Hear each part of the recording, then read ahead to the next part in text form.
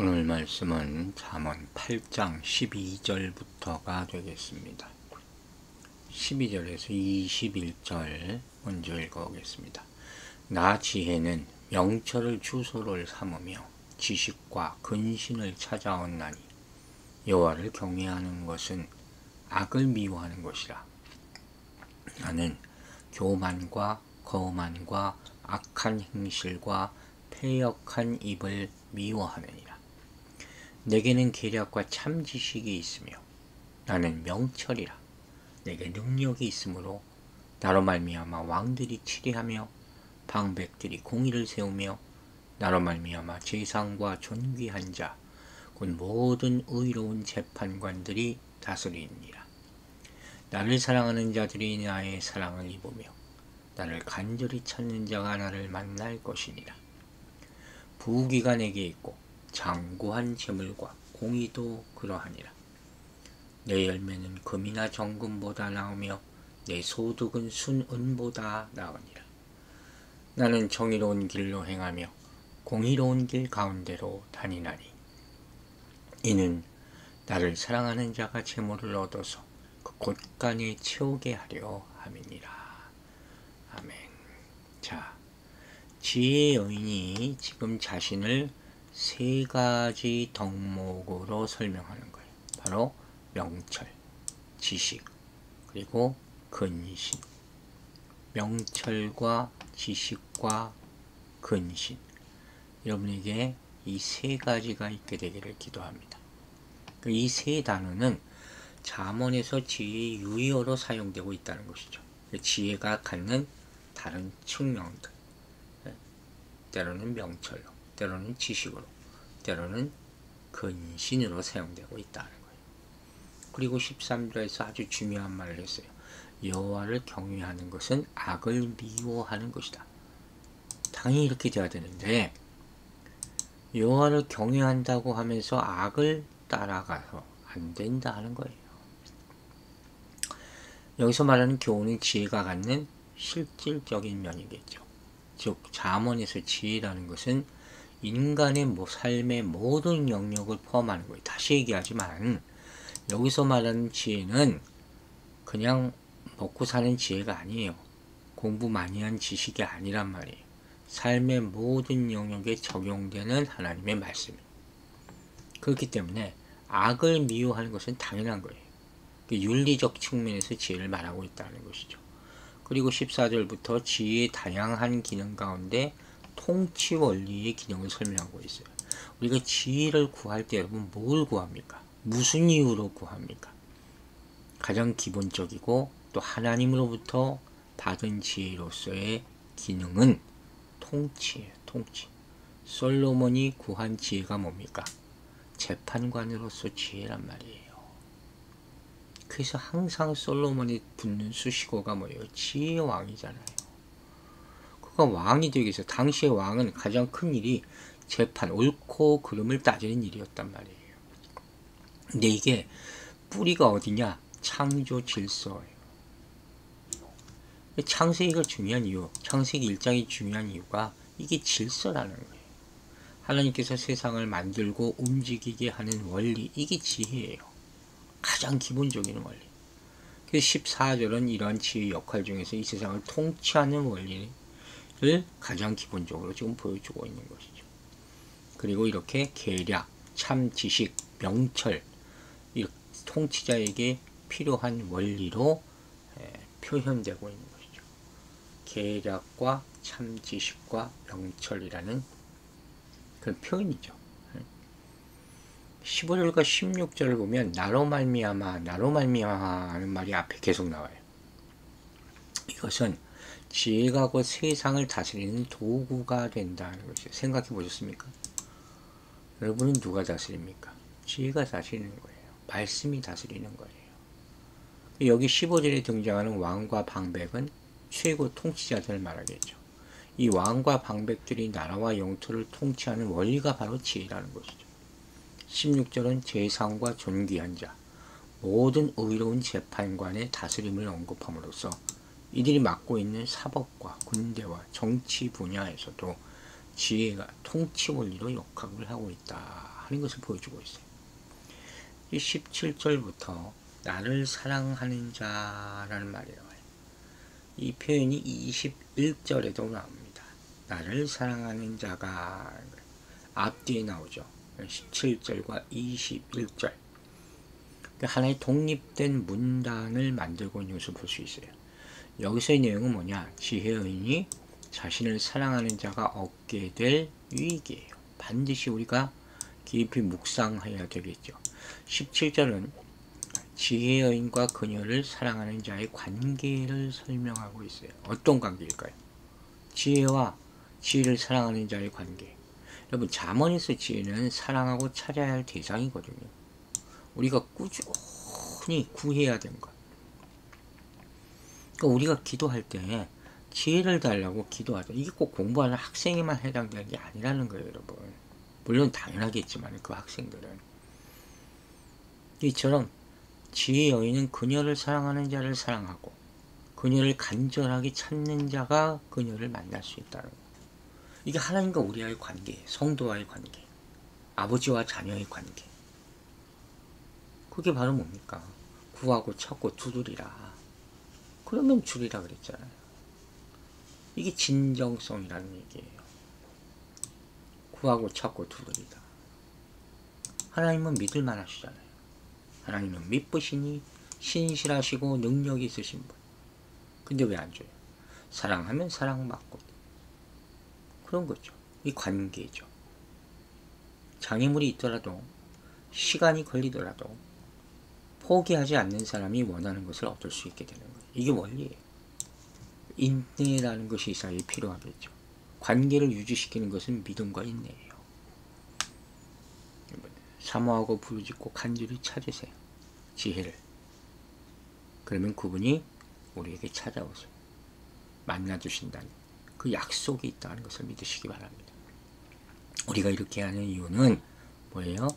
지혜 하나님이 우리에게 가장 절대적이고 중요하기 때문이에요. 사람들은요, 누구나 나름대로 누군가를 사랑하며 살잖아요. 근데 사랑의 대상이 누구냐에 따라서 인생이 달라질 수 있어요. 뭐에 꽂히느냐, 쉽게 말하면. 그렇죠? 왜? 그 사람이 사랑하는 것을 내가 사랑하게 되니까. 참 대단한 원리인 거예요. 그러면 우린 누구를 사랑해야 돼요? 하나님을 사랑해야 된다는 거예요. 그래서 우리가 비유에서 배웠잖아요. 밭에 있는 보물을 발견한 사람, 이게 얼마나 중요한 비유인지 알겠죠? 이 사람이 어떻게 했다고요?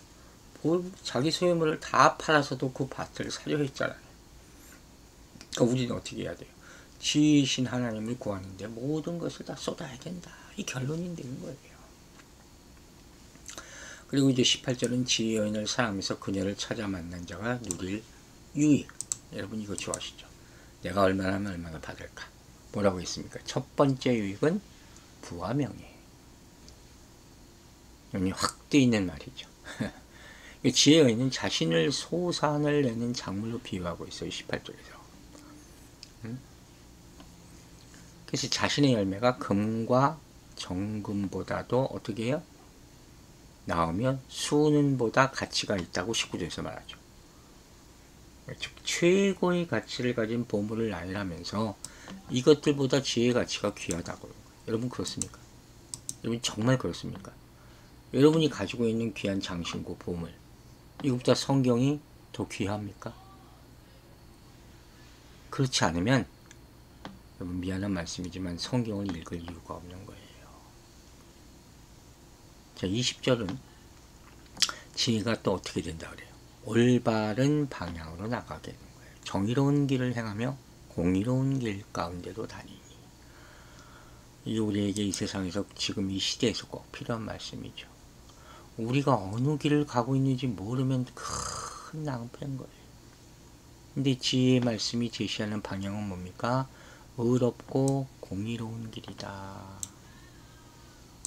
여러분 이걸 크게 깨달아야지 이 길을 갑니다. 아니면 다 딴 길까지 있습니다. 지혜의 여인을 만나는 자는 악으로 행하지 않고 의롭고 공의로운 방향으로 나아가게 될 것이다.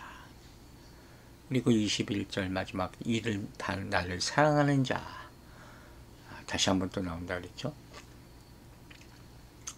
지혜를 얻은 자가 재물을 얻어서 곳간에 가득 채우는 복된 자가 될 것이다. 그 재물이 뭔지는 받아보면 알겠죠. 그렇게 생각하셔야 돼요.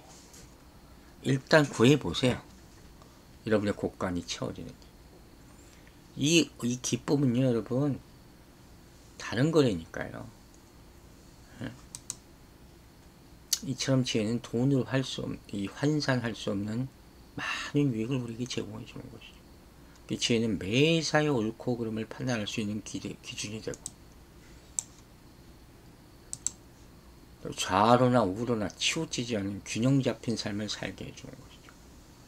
이렇게 하나님의 주시는 지혜는 우리의 영혼을 부여하게 할 뿐만 아니라 실제적인 재물을 얻는 데도 도움을 준다는 거예요. 예수 믿는 사람이 거지같이 살지 않게 도와주신다는 거예요. 부끄럽지 않게. 하지만 하나님의 지혜는 그렇게 값싸게 주어지는 것은 아니다. 하나님의 말씀을 주야로 묵상하면서 소망하는 자가 얻을 수 있다는 것 잊지 마시기 바랍니다. 즉 간절히 사모하라 하는 얘기를 또 하고 있는 거예요. 그래서 이 지혜를 가진 사람은 먼저 자기 자신에 대한 불완전과 연약함을 깨닫게 되는 거예요. 여러분. 성경을 읽는 이유는 거울이에요. 거울.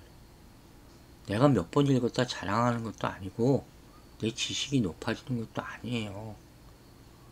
성경이 여러분 이해되지 않고 깨닫지 못하는 이유를 한 가지 말씀드릴게요. 오늘 이걸 보고 여러분들이 회개하지 않기 때문이에요.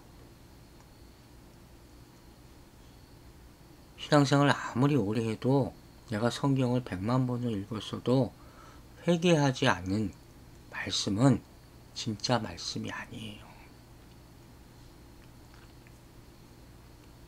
그래서 이걸 깨닫게 된 자는 어떻게 돼요?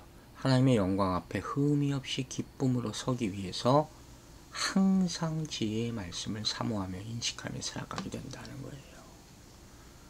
그게 바로 지혜의 근본이신 하나님을 경외하는 것이고 하나님의 말씀의 가르침에 따라 순종하려 애쓰는 것 아닙니까?